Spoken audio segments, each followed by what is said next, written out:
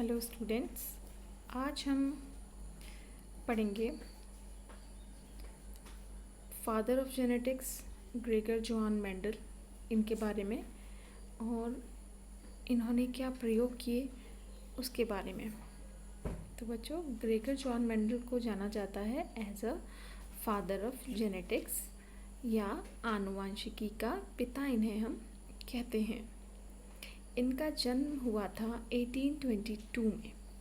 ठीक, 1822 में इनका जन्म हुआ था और इन्होंने अपने प्रयोग, आनुवांशिकी के प्रयोग इन्होंने मटर के पौधे पे किए थे। मटर जिसका साइंटिफिक नेम होता है पाइजम सेटाइवम। तो मटर के पौधे पे इन्होंने अपने प्रयोग किए और अपने जो प्रयोगों से इन्होंने परिणाम निकाला, जो रिज़ल्ट निकाला, वो इन्होंने एक पेपर लिखा उस पर, जिसका नाम है एक्सपेरिमेंट्स इन प्लांट हाइब्रिडाइजेशन। और बच्चों, ये जो पेपर था एक्सपेरिमेंट्स इन प्लांट हाइब्रिडाइजेशन, ये 1865 में नेचुरल हिस्ट्री सोसाइटी में इन्होंने पढ़ा और 1866 में ये annual proceedings of natural history society में प्रकाशित हुआ। लेकिन दुर्भाग्य की क्या बात रही बच्चों कि मेंडल का जो वर्क था, जो इनका कार्य था, उस समय किसी ने इस कार्य को नोटिस नहीं किया। मेंडल ने कई सारे प्रयोग किए थे मटर के पौधे पे, जिसके आधार पर उन्होंने वंशानुगति के कई नियमों का प्रतिपादन किया था। इन नियमों को भी मैं आपको आगे बताऊंगी। परंतु एट दैट टाइम, एट 1866, और जब मेंडल ने ये अपना काम किया, उस समय इस कार्य को किसी ने देखा नहीं, किसी ने अच्छे से समझा नहीं। ठीक है। अब जब मेंडल की मृत्यु हो गई, उसके पश्चात इस कार्य को देखा गया, पढ़ा गया और इसी वजह से जो आधार, एक आनुवांशिकी का आधारभूत सिद्धांतों का जो प्रतिपादन मेंडल ने किया था, उसी के लिए इन्हें फादर ऑफ जेनेटिक्स कहा गया। तो बच्चों, 1884 में मेंडल की मृत्यु हो गई। 1884 में मेंडल की मृत्यु हो गई और तब भी किसी ने इस पे ध्यान इतना नहीं दिया, क्योंकि उस समय क्या था, डार्विन की थ्योरी जो है, डार्विन की थ्योरी चर्चा में उस समय थी। तो सारे का सारा जो साइंटिफिक वर्ड था वो बहुत बिजी था। ये डार्विन की थ्योरी को लेकर के, ओरिजिन ऑफ स्पीशीज़ जो डार्विन ने थ्योरी दी थी, उस पर पूरा वर्ड बिजी था, साइंटिफिक वर्ड। तो उस समय ध्यान नहीं दिया गया। तो 1900 में 3 अलग अलग बायोलॉजिस्ट, पहले थे Hugo de Vries, second Carl Correns और थर्ड है एरिक वॉन शेटमार्क।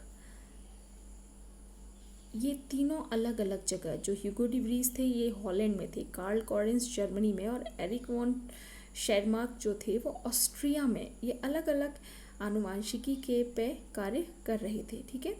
तो ये लोगों ने जो काम किया वो बिल्कुल जो मेंडल ने किया था उसी तरीके से इनके भी प्रयोगों से जो परिणाम आए, इनके भी वही परिणाम आए।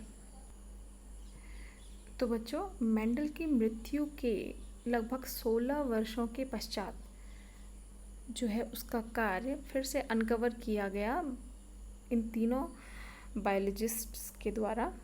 और मेंडल का क्योंकि बहुत ही ज़्यादा कंट्रीब्यूशन था हेरिडिटी के एक्सपेरिमेंट्स में, तो इसीलिए उन्हें फादर ऑफ जेनेटिक्स के नाम से जाना जाता है। तो मेंडल ने जो अपने प्रयोग किए थे बच्चों, वो किए थे मटर के पौधे पे। मटर जिसका बोटेनिकल नेम होता है पाइजम सेटाइवम। और ये जो पाइजम सेटाइवम मटर का जो फ्लावर है, इसकी कुछ स्पेशल फीचर्स होते हैं। देखो, एक तो ये क्या होता है, सेल्फ फर्टिलाइजिंग, मतलब कि सेल्फ फर्टिलाइजेशन इसमें हो जाता है। इसका एक ब्रॉड स्टैंडर्ड पेटल रहता है। ये इसमें विंग्स, 2 पेटल विंग्स कहलाते हैं इसके, और जो लोअर मोस्ट होता है कील कहलाता है। फ्यूज रहती हैं दोनों पेटल्स इसकी। ठीक है। इसके अंदर स्टेमन और पिस्टिल इस तरीके से रहते हैं कि इसका सेल्फ फर्टिलाइजेशन आसानी से हो सकता है। ठीक है। बाहर से कंटामिनेशन के चांसेस कम रहते हैं, या इसके जो है फ्लावर का स्ट्रक्चर इस तरीके का है कि सेल्फ फर्टिलाइजेशन आराम से इसमें हो जाता है। ठीक है। तो आपसे क्वेश्चन पूछा जाता है कि मेंडल ने क्यों मटर के पौधे का सिलेक्शन किया था, ठीक है, अपने प्रयोगों के लिए। तो सबसे पहला तो मैंने आपको बताया कि सेल्फ फर्टिलाइजिंग है, स्वनिषेचन की प्रक्रिया इसमें हो जाती है आसानी से। ठीक है। और दूसरा है कि जो मटर का पौधा है ये इजीली कल्टीवेट किया जा सकता है। ठीक है। एनुअल प्लांट ये होता है और एक पीढ़ी से दूसरी पीढ़ी तक के बनने में बहुत ही कम समय ये लेता है। ठीक, इसके अलावा जो नेक्स्ट फीचर था जिस वजह से मेंडल ने इसको सेलेक्ट किया वो था कि इसमें कई सारे जो वंशागत होने वाले लक्षण हैं पौधे में, वंशागत जो हो सकते हैं, कई सारे ऐसे लक्षण इसमें पाए जाते हैं। ठीक है, और अगला जो रीज़न था वो ये था कि इसमें क्रॉस पॉलिनेशन यानी कि परपरागण भी आसानी से हो जाता है। ठीक, उसके अलावा मैंने आपको बताया इसका जो फ्लावर है बाइसेक्सुअल है। बाइसेक्सुअल मीन्स स्टेमन और पिस्टल दोनों एक ही फ्लावर में पाए जा रहे हैं, तो बाइसेक्सुअल हर्मैफ्रोडाइट फ्लावर इसका है। तो आसानी से सारे प्रयोग आनुवंशिकी के इसमें हो सके। देखो बच्चों, यहाँ पे मटर का पौधा है, यहाँ पे मैंने आपको दिखाया हुआ है मटर का पौधा है, मटर का फूल यहाँ पे बना हुआ, मटर का पुष्प ये बना हुआ है। इसमें स्टिग्मा आपको दिख रहा है, एंथर इसमें है, और ये अंडाशय के अंदर ये ओव्यूल बने हुए हैं जो कि बाद में बीज बन जाते हैं। ठीक है, अब इस मटर के पौधे में क्या ऐसे लक्षण थे, कारण क्यों लिया मेंडल ने, ये मैंने आपको बताया। मटर का पौधा क्यों चुना मेंडल ने, ये मैंने आपको बताया।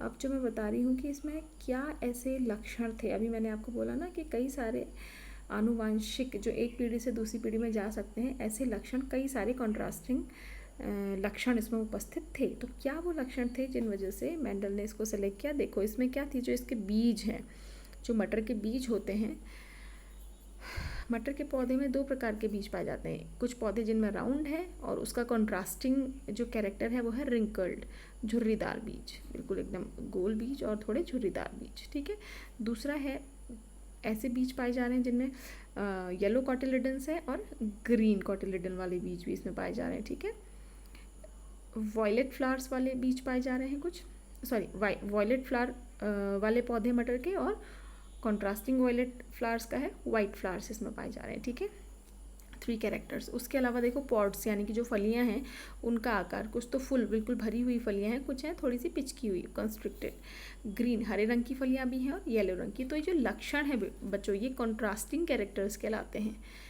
इनका अध्ययन, कॉन्ट्रास्टिंग लक्षण जब प्रेजेंट होते हैं तो इनका अध्ययन करना, हेरिडिटी में आनुवांशिकी इनकी किस प्रकार से इनहेरिट हो रहे हैं एक पीढ़ी से दूसरी पीढ़ी में, वो अध्ययन करना बहुत आसान हो जाता है। अभी जब मैं आपको वंशागति के नियम बताऊंगी तब आपको समझ में आएगा कि कैसे ये कॉन्ट्रास्टिंग कैरेक्टर्स कैसे हेल्प कर रहे हैं वंशागत होने में। नेक्स्ट देखो, ग्रीन और येलो पॉड है। नेक्स्ट है स्टेम, तना जो है, axial pods and flowering along stem, और अगला है टर्मिनल। ठीक, एक्सियल पोजीशन पे प्लांट की जो है फ्लावर्स लग रहे हैं, पॉड्स लग रहे हैं, मतलब बीच में कहीं पे देखो, यहाँ टर्मिनल पोजीशन पे लग रहे हैं। ठीक, अगला मेन कैरेक्टर है लॉन्ग लेंथ, टॉल प्लांट्स है और शॉर्ट प्लांट है। तो ये 7 contrasting pair of characters Mendel ने सेलेक्ट किए थे अपने एक्सपेरिमेंट में। देखो बच्चों, मैंने यहाँ पे लिखे भी हैं कि क्या लक्षण मेंडल ने लिए थे। पौधे की लंबाई ली थी, पुष्प की स्थिति कि टर्मिनल पोजीशन पे है कि एक्सियल पोजीशन पे है, फली का रंग क्या है, फली का आकार कैसा है, जो सीड कोट है उसका रंग कैसा है, एंडोस्पर्म का कलर क्या है, और सीड का शेप कैसा है। तो ये लक्षण लिए थे। और मटर के पौधे में इन लक्षणों के 2 कॉन्ट्रास्टिंग कैरेक्टर की लंबाई पौधे की हम ले रहे हैं तो वहाँ टॉल प्लांट्स भी प्रेजेंट है और ड्वार्फ भी प्रेजेंट है। पुष्प की स्थिति, फूल अगर एक्सियल पोजीशन पर लग रहे हैं प्लांट में तो टर्मिनल पोजीशन में फ्लावर लगने वाले पौधे भी उपस्थित हैं। तो ये लक्षण मेंडल ने सेलेक्ट किए थे अपने प्रयोगों के लिए।